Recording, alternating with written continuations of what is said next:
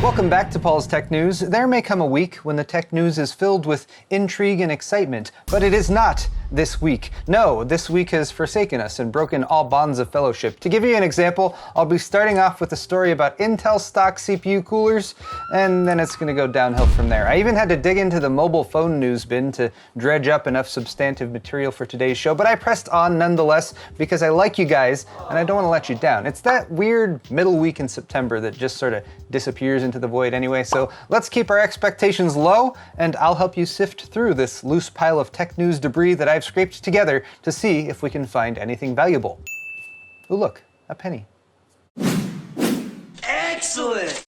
Today's video is brought to you by Be Quiet, maker of premium PC components, but you don't have to pay a premium price to access their gear. Consider the PureBase 500DX case, available in black or white with tasteful RGB accents, and 3 PureWings 2 140mm fans included. The PureRock Slim 2 CPU cooler is a huge step up from stock cooling, handling up to 130-watt TDP processors with a whisper quiet 92mm fan, and the PurePower 11 FM power supply lineup is fully modular and 80+ gold rated to silently power your rig for years to come. For more on Be Quiet's family of products, click the sponsor link in the video description.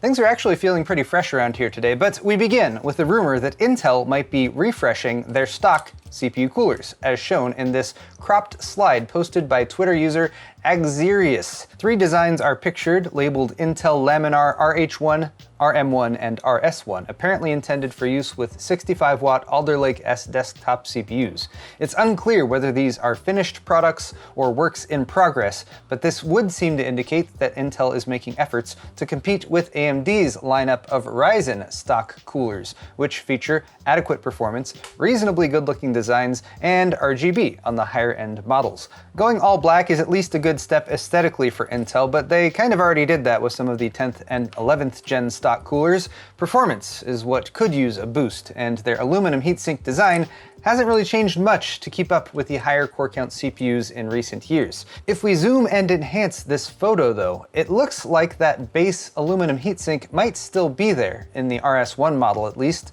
with black fins around it that may or may not actually be some heat conducting metal, or they might just be plastic. It definitely looks better, but the push pin retention system and the small heatsink don't give me high hopes about performance. The RM1 adds RGB, which naturally enhances performance and gaming frame rates in a variety of ways, as we all know. But those aside, this looks like the same sized cooler as the RS1, although it's possible that the aluminum has a black finish, kind of like those special 10th and 11th gen variants. It could also be a little bit larger, since the slide indicates pairing with a Core i3, i5, or i7 CPU, but if it is, then it's not by much. The RH1 is clearly taller, with a thicker band of RGB around the fan and what appears to be actual mounting hardware instead of those godforsaken push pins. It also seems like Intel will only pair this with the i9 CPUs. So if my assumptions about the RS1 and RM1 are true, then the RH1, the only new Intel stock heatsink fan with performance that's actually improved,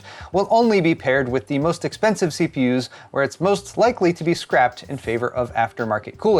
But hey, look at that RGB. Now, I know my lead story was about Intel, and I'm probably playing right into their hands because I can't shake the feeling that they're intentionally slow dripping the leaks leading up to the Alder Lake launch.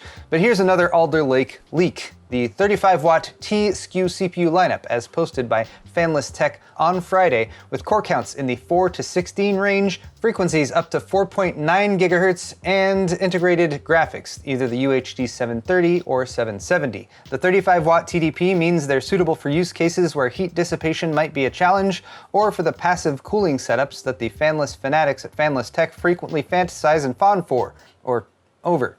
These should be available in early 2022, so probably not part of the initial, more limited Alder Lake launch currently rumored to happen 2 months from now on November 19th. And I would go tell you all to go follow Fanless Tech as well, but I don't want them to have to change their name. Here's another story where I'm not sure if it's good news or bad news. According to board partners, Nvidia is once again producing RTX 2060 GPUs and intends to relaunch the card at the end of 2021 or beginning of 2022, this time with 12 gigs of GDDR6 instead of 6. It will be based on a slightly updated Turing PG161 chip. Incidentally, that's the same one that they use in the GTX 1660 Ti, but by January, the RTX 2060 will be 3 years old already, which isn't exactly exactly the exciting 30 series or better mid to low end GPU that many had been hoping for.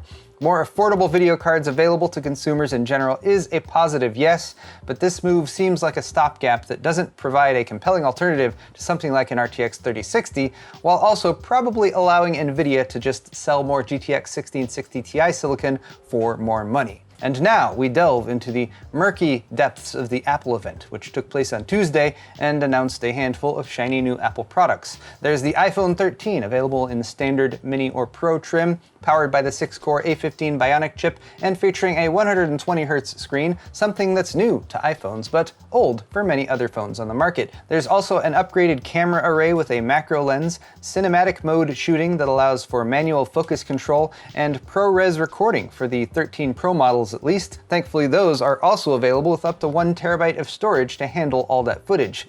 Unfortunately, Apple is still obstinately refusing to upgrade to a universal connector standard like USB Type-C on their phones, so the Lightning connector remains. Along with the iPhones, Apple unveiled a refreshed 10.2-inch iPad, an upgraded iPad mini, and an Apple Watch Series 7. Many more details can be found in the story linked in the description.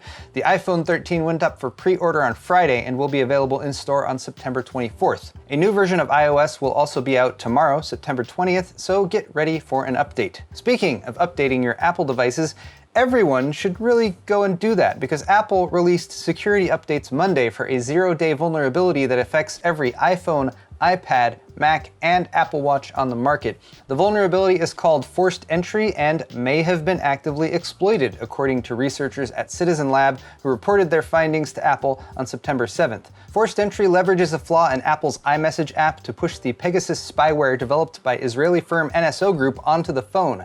This gives the attacker near complete access to the device, including personal data, photos, messages, and location data. If you don't want that to be able to happen to you, update all of your Apples. Let's step slowly back from the Apple stories with some news about one of Apple's co-founders, Steve Wozniak, who seems to be getting into the space garbage business. The Woz tweeted 1 week ago about a private space company called Privateer, with a video that seems to poke some fun at the likes of Elon Musk and Jeff Bezos, taking an environmental and humanitarian stance on the space around our planet, which is getting very cluttered with space garbage. I found this intriguing because I like Woz and his exploits, and space debris is an issue worthy of our attention, but there was supposed to be more about Privateer and their plans revealed at the Amos Tech 2021 Space Conference in Maui, Hawaii, but that ended Friday without much more news on the subject. Major General Deanna Burt from the United States Space Force did speak about getting private businesses involved in the cleanup efforts, but didn't specifically mention Privateer or any other companies. We do have more confirmation of Wozniak's involvement, though, via a press release about titanium 3D printers that print titanium things, not that are made out of titanium, that lists him as a co-founder of the Privateer space company. If this brings to your mind an image of Woz happily manning the deck of a wooden pirate ship with a pole skimmer net drifting along in low Earth orbit so he can scoop up space trash that floats by, you're not alone. Now that Apple has shown their hand with their announcements this week, competitors are sure to follow, and one of the most anticipated other upcoming smartphones is the Pixel 6 from Google. Their pre-launch marketing has been a bit odd this time around though, and their counter to Apple this week was to just put a couple Pixel 6s out on display at their Manhattan store. There's the 6 and the 6 Pro, and they're coming in the fall, and that's all the new information to be found, really. There are already photos and Google's own promo videos showing the new Pixel readily available, and we know it will run on Google's own Tensor processor and ship with Android 12. So there might still be a September or October Pixel 6 announcement coming, but considering that it will be running Android 12, we might look there to find more info. XDA developers obtained screen caps of internal Google documents that indicate Google will publish the source code for Android 12 on October 4th, and they'll likely release the Android 12 stable update for Pixel phones that same day. This could lend credence to the rumor of a late September announcement, followed by a launch early in October. Okay, I'm done talking about phones now. Let's switch over to tech briefs. Short, painless stories. Nothing can go wrong during tech briefs, right? Oh. Shit. So here in the add it to the pile category, we have yet another reason for tech prices to go up. This time it's skyrocketing prices for those dang rare earth metals, which should be relatively easy to find versus epic or legendary earth metals, but here we are. Copper, lithium, and tin, which are very useful for manufacturing semiconductors, have gone up in price anywhere from 37 to 150%, which will have a cascading effect down the supply chain, with the end result being all of us having to pay more money for stuff. Tom's Hardware blames China. Okay, can we please have some positive stories yet? No. Okay, here's a tweet from Microsoft support, pretending to be the boss from Office Space, telling us to get with the program because they're not changing their mind about TPM 2.0. We're just over 2 weeks from the October 5th launch date, so obviously the best way to do this is to just walk these relatively not tech-savvy people through the simple process of changing BIOS settings, which can be labeled in 10 different ways depending on your motherboard's manufacturer and what version it's running, so that they can enable a feature that they don't really understand, which definitely won't muddy the upgrade or installation process in a way that confuses people and gives a horrible first impression of your shiny new Windows 11 operating system. Here's an idea, Microsoft. When people inevitably screw this up, stick with the Office Space thing and have an O-faced themed blue screen of death. Oh. My last bit of crappiness before the good news cleanser that we're going to finish the show with is about Battlefield 2042, which has been delayed until 2042. I mean November 19th, 2021, this year, not 2042, but still a month later than the original October 22nd release date. They blame COVID, because why not? But for Battlefield superfans out there might still be an alternative. Keep an eye out for the beta to go live sometime in the second half of September, and let us know if that Battlefield Portal feature lives up to the hype. Okay, I could do with some good news too, so let's start with some, okay, cool. Good news for anyone with an all AMD system. The Radeon 21.9.1 software package that launched Monday can overclock your GPU and your CPU with a single click. This means you'll no longer have to be a slave to the Ryzen Master software if you want to give your CPU a little pick-me-up, and all you have to do is click the Auto Overclock button in the tuning control section of the software. Next, we have a bit of positive news from the right to repair side of things. You might have seen some reviews of the Framework Upgradeable and Repairable laptop just recently, which is receiving high marks for a slim and stylish design that also focuses on modularity, allowing parts to be swapped in for upgrades or repairs. In a world of glued-together unibody laptop designs, it's a refreshing change, and aligns with a more eco-friendly approach to this type of product that encourages long-term use and reuse over just buying a completely new device every year or 3. Linus took it a step further and invested in the company itself, to the tune of $225,000, which he disclosed in a video on Wednesday. It's good to see a manufacturer with this sort of design philosophy getting so much love, so I approve. Finally, SpaceX successfully launched a crew of 4 space tourists into orbit on Wednesday evening, including entrepreneur Jared Isaacman, who paid for the ride. They should be back on Earth by the time you see this, having spent 3 days at an altitude of about 575 kilometers while circling the planet every 90 minutes. In an update posted Friday, the crew was in good spirits despite their somewhat crowded living space, and while Isaacman is definitely a rich guy who paid for a space ride, he also tied in a St. Jude's charity fundraiser with a $200 million goal and brought along co-passengers with STEM backgrounds to make the whole thing feel just a bit more science-y. And there you have it, guys, tech news for the week. And even if it was a weak week, I think we still had a good time. Plus, we're now 1 week closer to Halloween, which people seem really excited about this year. Before you go though, your feedback is always welcome, so please feel free to leave me a comment down below. While you're down there, all the articles I talked about today are linked in the description if you're interested in further reading. You can also click the like button if you enjoyed this video.